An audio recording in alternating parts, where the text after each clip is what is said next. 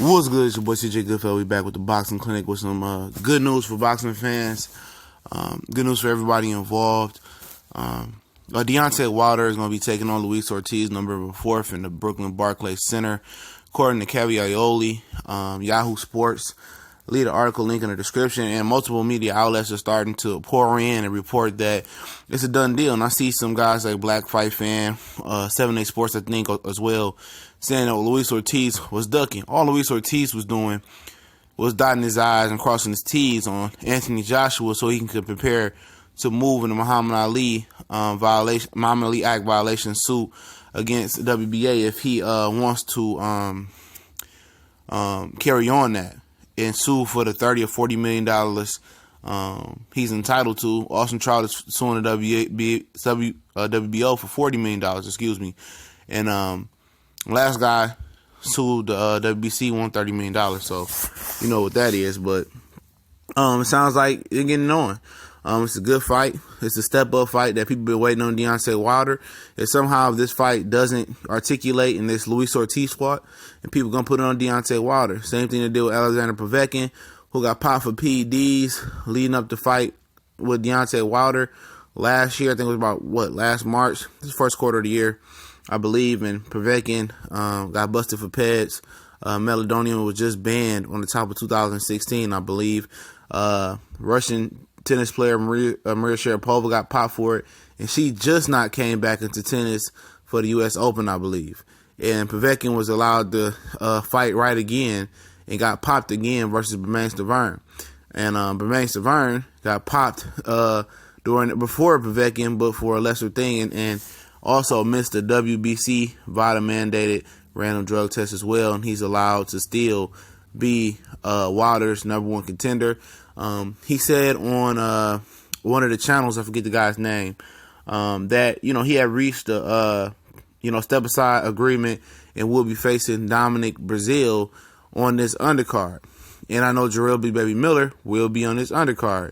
I don't know versus who, but I do know Dominic Brazil versus Bermane-Stiverne. And the hope is, before I get into the particulars with Ortiz and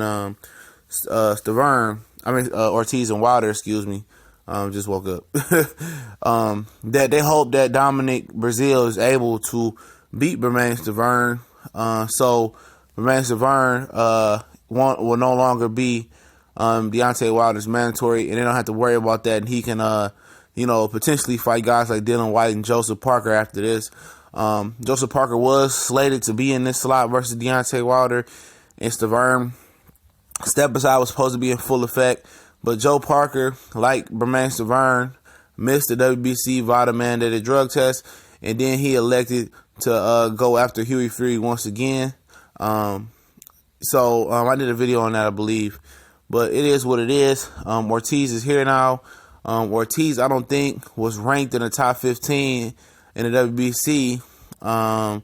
If he is until recently, because he and Anthony Joshua were two heavyweights that were not listed into the VADA random drug testing under the WBC mandated rules to be in a top 15. And I guess he has elected to do so. But also, before you, make your judgment on him and PEDs, he has been busted for PEDs before and then enlisted into a random drug testing itself, I think, through VADA. Or maybe USADA, but I think it's VADA. But, this is the fight that people have been waiting for Deontay Wilder. They blamed him for the Povetkin fallout. He was over in Sheffield or something like that, getting training, about to go over to Russia and fight Alexander Povetkin in his own backyard to defend his title. And it fell apart. And he won like $4 or $5 million suing Povetkin and won his purse back. So basically it's like he got rewarded for not fighting because of the Povetkin fallout. But, if this falls out, people going to find a way to spin it and put it on Wilder. But as far as the matchup, man, it's a tough matchup for Wilder. And if he loses to Ortiz, it's just going to solidify what people think he's one of the worst champions in the world. And, very awkward. I think this is a tougher test for Luis Ortiz. At least what Anthony Joshua is predicated on. Being aggressive, coming forward, and in power. With Deontay Wilder, you never know. He's a guy who moves better backwards than Anthony Joshua, and they won't tell you that. He's a guy with a good jab. They won't give him credit for his jab. You know, he's a guy that they say he's a one-handed fighter, but he has a good jab, and people don't tell you about. He got a good right hook, little check hook. Yes, is he a little sloppy? Yes. Style points, he ain't getting them for him. Ortiz is virtually a one-handed fighter. Struggling his last 2 contests, coming off, a very long layoff. Had a hand injury, supposed to come back versus Derek Rossi sometime this year. That got postponed. And this might be a right time to fight Ortiz. And if Wilder gets Ortiz out the way, I guarantee you won't get his credit. If Ortiz get Wilder out the way, he's going to be a folktale hero.